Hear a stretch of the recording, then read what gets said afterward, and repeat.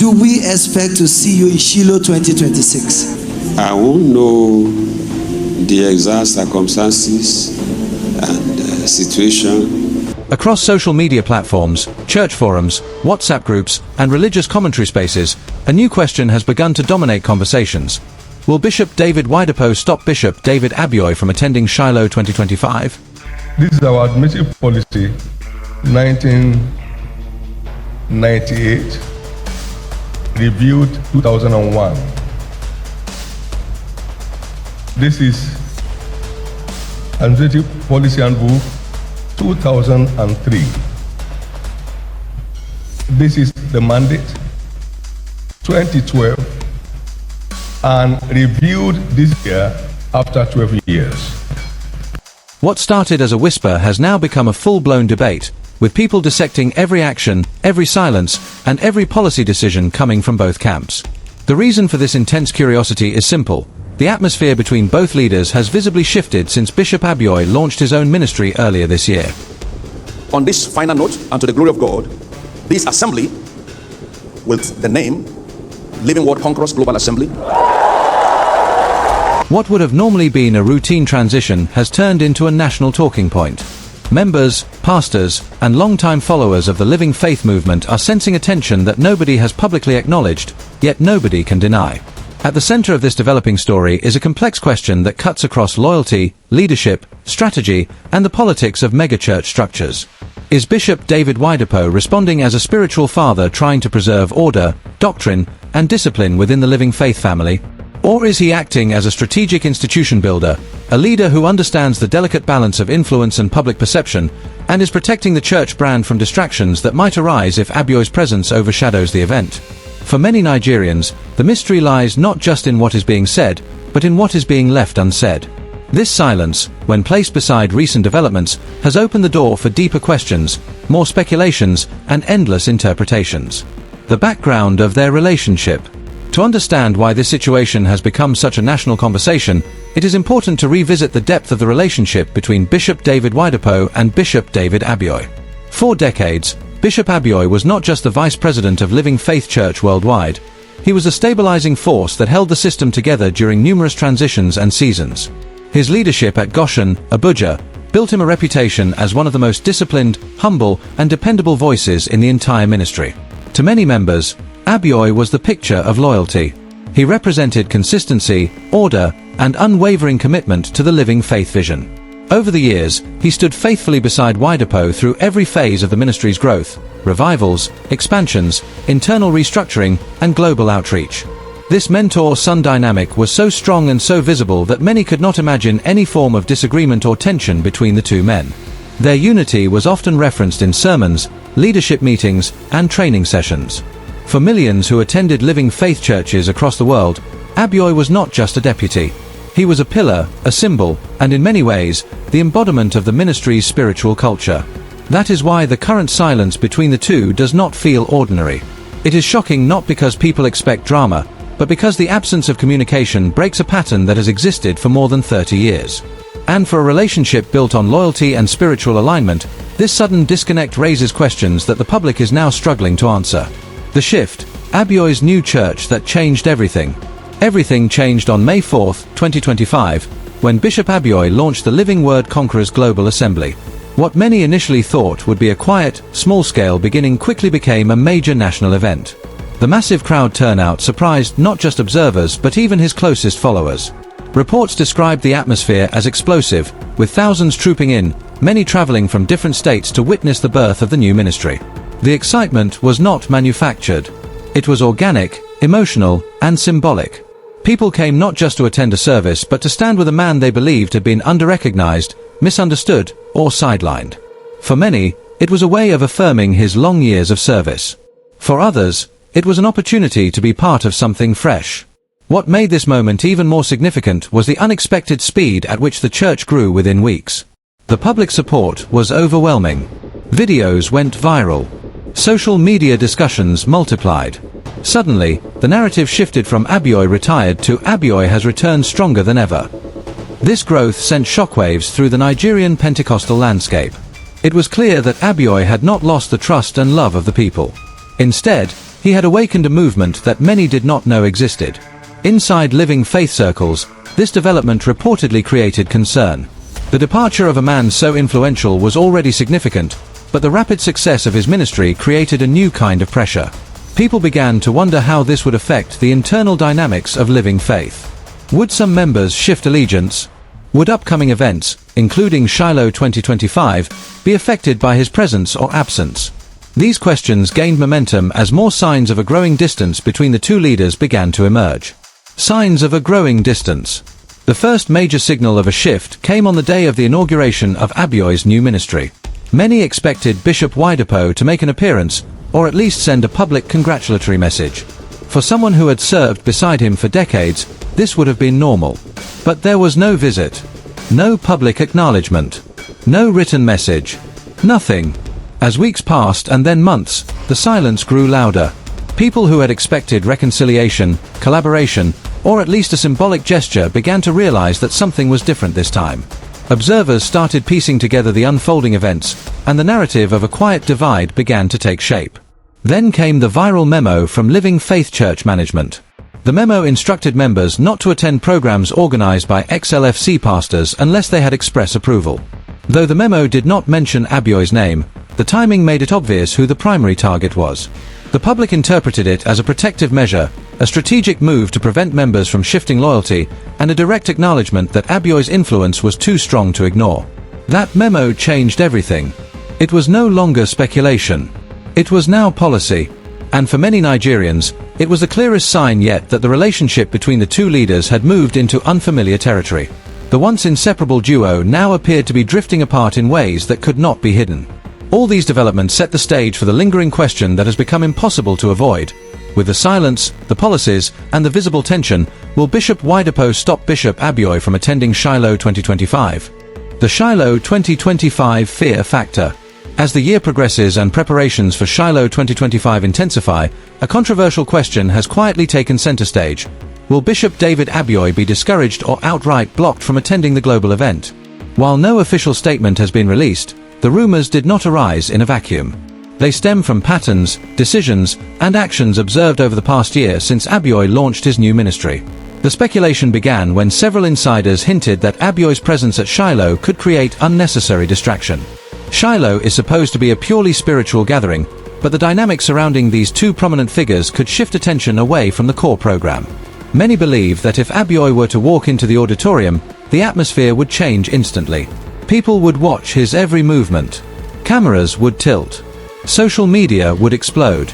And this could influence how the event unfolds in the minds of millions watching worldwide. Another major concern is split attention.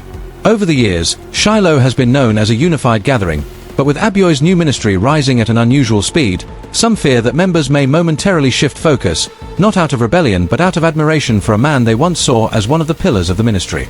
This is the kind of attention shift leaders try to avoid during a global program meant to project unity and spiritual alignment. There is also the matter of protecting the global image of Shiloh. The event draws viewers from across continents.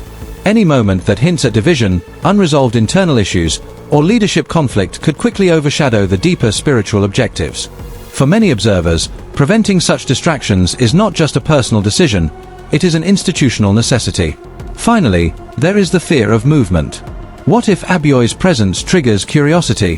What if some members begin to feel drawn to his new ministry? At his church launch, thousands turned up without any formal publicity. Some leaders believe that his simple appearance at Shiloh could unintentionally redirect some people emotionally or spiritually. With all these factors combined, the possibility of Abioye being discouraged from attending Shiloh 2025 becomes, in the minds of many, a strategic choice rather than a personal dispute. And this leads directly to the next issue: why some believe Widapo may see Abioye not merely as a former deputy but as a smart and rising force. Why Widapo may see Abioye as a smart threat. As discussions deepen, a recurring phrase keeps emerging: Abioye has become a smart threat. This does not suggest rivalry or hostility but highlights the strategic implications of his rapid rise. To fully understand this perception, it is necessary to examine four major fears circulating within the public conversation. A. Influence migration. For many years, Bishop Abioye has been deeply admired across the Living Faith network. His calm disposition, humility, and fatherly nature earned him respect beyond his position. So when he launched his new ministry, it was not surprising to see thousands support him instantly. This influence is powerful, and some fear that if he appears at Shiloh, members may feel emotionally torn. Not because they want to rebel, but because loyalty to Abioye is strong. His presence could unintentionally shift attention from living faith to the newly established Living Word Conquerors Global Assembly. B. Image and narrative control. Shiloh is a carefully structured event. Every moment, every sermon, and every appearance contributes to a specific message and a specific narrative. For decades, Living Faith has mastered the art of presenting unity, order, and clarity during Shiloh. A sudden spotlight on Abioye could create side conversations that overshadow the official agenda. Viral videos, camera flashes, or whispered comments could distort the narrative that leadership intends to project globally. This is not merely a spiritual concern but a communications concern. C. Leadership philosophy. One of the hallmark beliefs of Bishop Widapo is the importance of strict hierarchy, discipline, and loyalty within the ministry. For years, he has emphasized order and submission to spiritual authority. The sudden emergence of a former second-in-command leading a fast-growing ministry, without the covering of the mother institution, challenges this philosophy. It introduces a new leadership dynamic that is unfamiliar to the church's long-standing structure. This is why some believe Widapo may be uncomfortable with Abioye appearing in a space where subtle power dynamics could play out publicly. D. The political economy of megachurches. Beyond the spiritual dimension, megachurches are also massive organizations with complex systems, structures, and influence economies. Living Faith is one of Africa's largest church institutions, with educational networks, global branches, media platforms, and large-scale events. In such a system, the emergence of another strong institution led by a former insider is not a simple matter. It has implications for membership strength, public perception, brand identity, and future influence. Abioye's fast rise could be interpreted as a competitive force emerging too quickly, too strongly, and too visibly. These four combined fears create the environment in which rumors of a Shiloh 2025 ban began. And for many observers, they point toward a deeper truth, that Widapo is not only a spiritual leader but also a strategic thinker. What makes Widapo a smart businessman? Whether one agrees with his methods or not, Bishop David Oyedepo is widely recognized as one of the most strategic leaders in African Christianity. Behind the pulpit stands a man who deeply understands institutional preservation, brand management, and organizational security. His ability to protect structures and systems is legendary. Over the years, he has made bold decisions to safeguard the identity of the Living Faith movement. He has restructured leadership, dissolved departments, reassigned pastors, and implemented policies designed to maintain order and clarity within the ministry. Each of these moves, though sometimes controversial, reflects his commitment to strategic longevity. Another key factor is his reputation for making calculated decisions behind the scenes. Many of his strongest moves are not announced publicly. They appear subtly, through policy changes, internal communications, or structural adjustments. This is why some people believe he may restrict Abioye's attendance at Shiloh without ever addressing the issue directly. There are past examples where he removed or restructured people whose presence seemed capable of creating distraction or confusion, simply to maintain stability. Whether those decisions were spiritual, administrative, or strategic, they reveal a leader who always thinks several steps ahead. From this perspective, discouraging Abioye from attending Shiloh 2025 might not be personal. It might simply be a strategic move to maintain focus, preserve the integrity of the event, and avoid unnecessary drama. In the world of megachurch leadership, such decisions are often less about emotion and more about institutional survival. Public reactions and social media storms.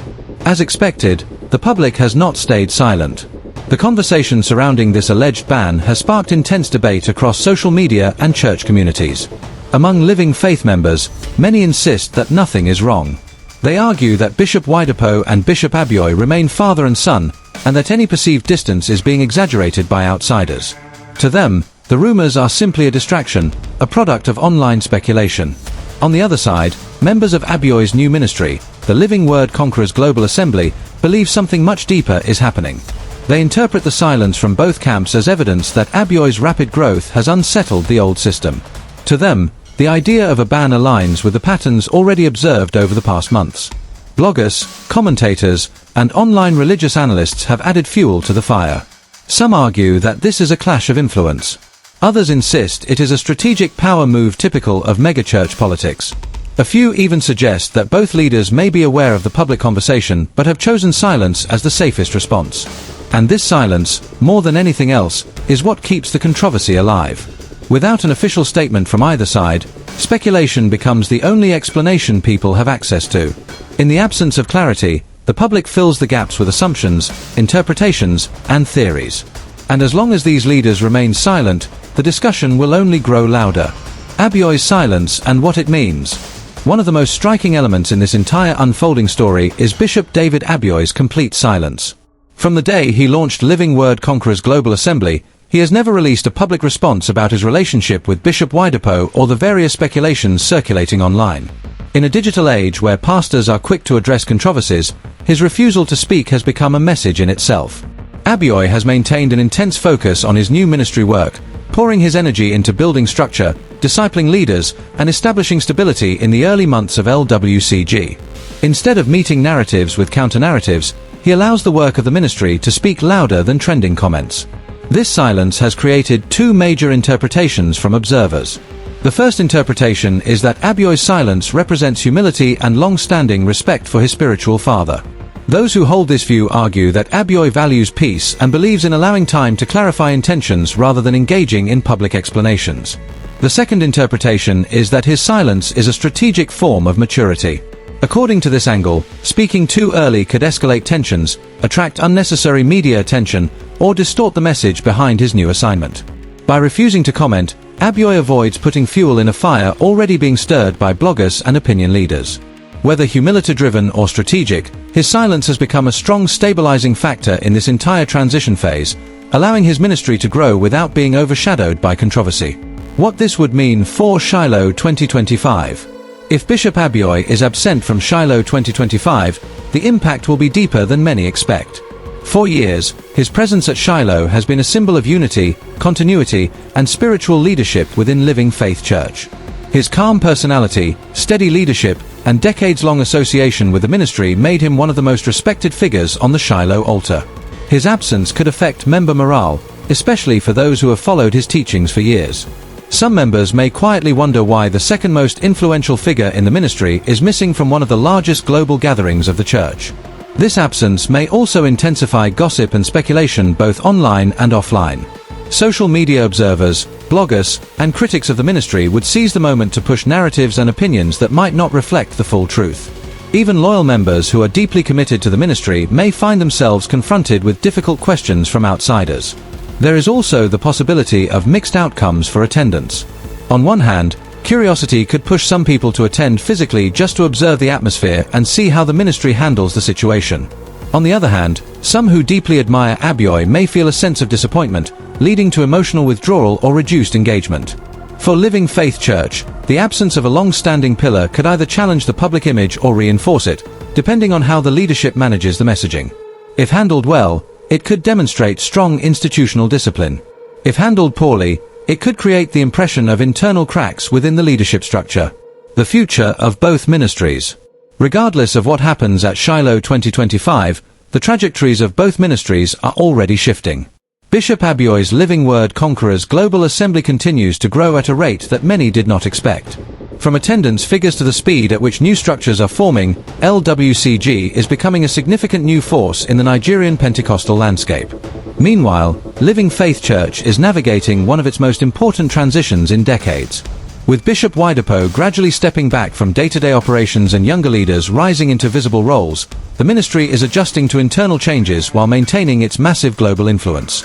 The rise of LWCG and the continued strength of Living Faith are contributing to a broader change within Nigerian Pentecostalism. For years, the system was dominated by a few voices and a handful of major ministries. Today, new voices like Abioye are emerging with strong followership, a fresh mandate, and a new generation of believers who are more open to diversity in leadership. Is this a strategic move or a spiritual decision? As the rumors continue to build and questions about Shiloh 2025 grow louder, two major possibilities sit at the center of this debate. On one hand, Bishop Widapo may be making a purely spiritual decision, guided by what he believes is best for the unity, sanctity, and focus of the Shiloh mandate. On the other hand, it may be a strategic institutional decision aimed at preventing distractions, maintaining narrative control, and protecting the legacy of the ministry. Throughout this story, one question keeps returning. Is Bishop Widapo protecting his ministry from distraction, or protecting his influence from competition? This tension captures the complex interplay between leadership, loyalty, and power in the modern church. It reflects the realities of large-scale ministries where spiritual vision and organizational strategy often meet. Ultimately, only time will reveal the true motivations behind any decision that may unfold. What remains clear is that the Nigerian Christian landscape is entering a new era, one defined by shifting alliances, rising voices, and the delicate balance between spiritual calling and institutional preservation.